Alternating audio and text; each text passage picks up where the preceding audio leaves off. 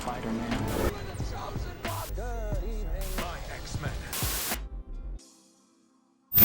So episode 3 of The Acolyte was interesting. Before I get into everything with this, I really want to know what you guys thought about this episode, so leave your comments down below. I read every single one and I most likely will respond. Also, we're nearing the very end of our 1,500 subscriber journey. We only need like 10 more subs, so if you could hit that button, it would mean the world to me. Now let's talk about this episode. There are so many things that I think this episode is doing, if it's doing what I think it is doing, but for starters, let's just go through the basic plot of what happens here. This episode is a complete flashback showing us what happened to the home planet of May and Osha going with the Jedi. I'm going to say this right now, I think it's very important to know that this episode really seems like it's focusing from the perspective of Osha. Why that's important we'll get into later, but I think it's a very big hint as to where this could be going. We learn that one of Osha's mothers is a witch, and she's actually a part of a giant cult of witches that may be a descendant from the Night Sisters. We don't officially know, but there is a Zabrak woman who is actually the other mother of Osha and May. This was the mother that actually carried the children, while the other mother used some sort of witchcraft and magic to create the actual children. Now, when I saw this, I was very excited and intrigued because the only other time we've heard of immaculate conception in Star Wars is, of course, with the chosen one, Anakin Skywalker. Anakin had no father, and of course, there were theories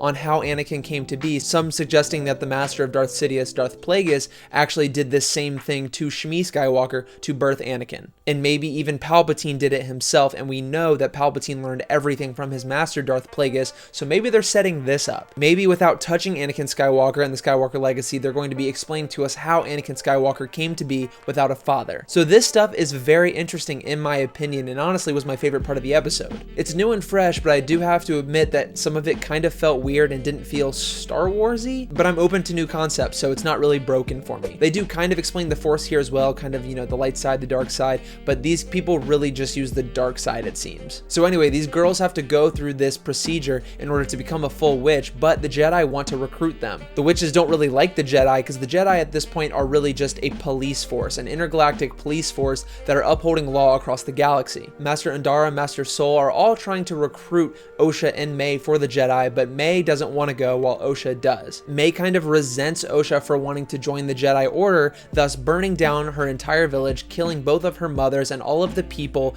causing a giant fire that destroys everything. Or so we think. After this, Osha leaves and joins the Jedi Order, then the rest is history. Now let's point out the obvious here. Very weird how a very small fire that Osha started, that we see Osha start, spread across the entire place, and we have all of these people dead, lying on the floor, not burned, not crushed by anything, and they're all just gone, and this fire spreads within minutes. Look, I'm willing to completely accept the fire and space thing that was from the first episode because, well, this is Star Wars, really anything like this can happen, but it seems like this, in this third episode, might be too unbelievable, but maybe they're doing this on purpose. Here's what I think. I think that this is how Osha perceived these events to happen. I think she believes that May started a fire, and Sol actually tells her that May started the fire. However, I don't think this is even remotely close to being the full story. And I can totally understand fans not liking this episode. Heck, this is not an episode that I particularly enjoyed because of this, but it could pay off later down the line if we find out that this entire episode was just from one perspective and we find out the truth of what happens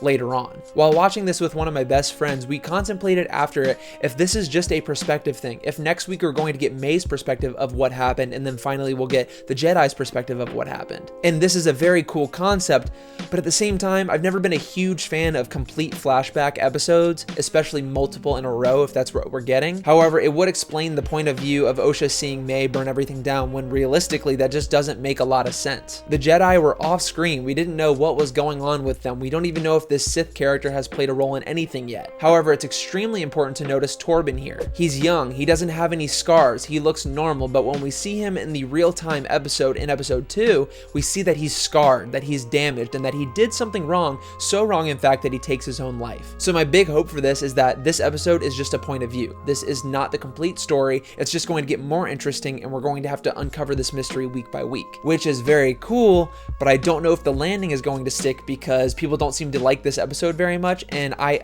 totally get it. The first 2 episodes I really enjoyed. This one just didn't do it for me, and maybe it's because of this aspect, but also I just think that we didn't really learn anything new when we were kind of promised that in terms of like moving forward with the characters. Of course, we learned a lot of things about this witch cult that Osha and May are from, and frankly I found it very interesting with its implications that Darth Plagueis, Sidious, and Anakin are all kind of related to this. So overall, I didn't really like this episode too much, just because it kind of focuses on the past, and not only are we getting just one point of view, hopefully this is the same thing that happens in The Last Jedi. I just don't want it to be confusing for fans and for me when I'm watching this and finally learn the truth and have to kind of put the pieces together at the very end. Even though I like to think about these things and theorize, I kind of want it spelled out for me, if that makes sense. Now lastly, let's just think about the fact that this could not be happening at all. This could be actually what happened in the show. The fire could have started and killed everybody, even though they're not burned, they're not crushed, and Osha and May kind of had a standoff. It just doesn't make too much sense, and I'm hoping that we're right about this. Again, leave your comments down below with all of your theories and what you think is going to happen next week. Do you think this is a point of view scenario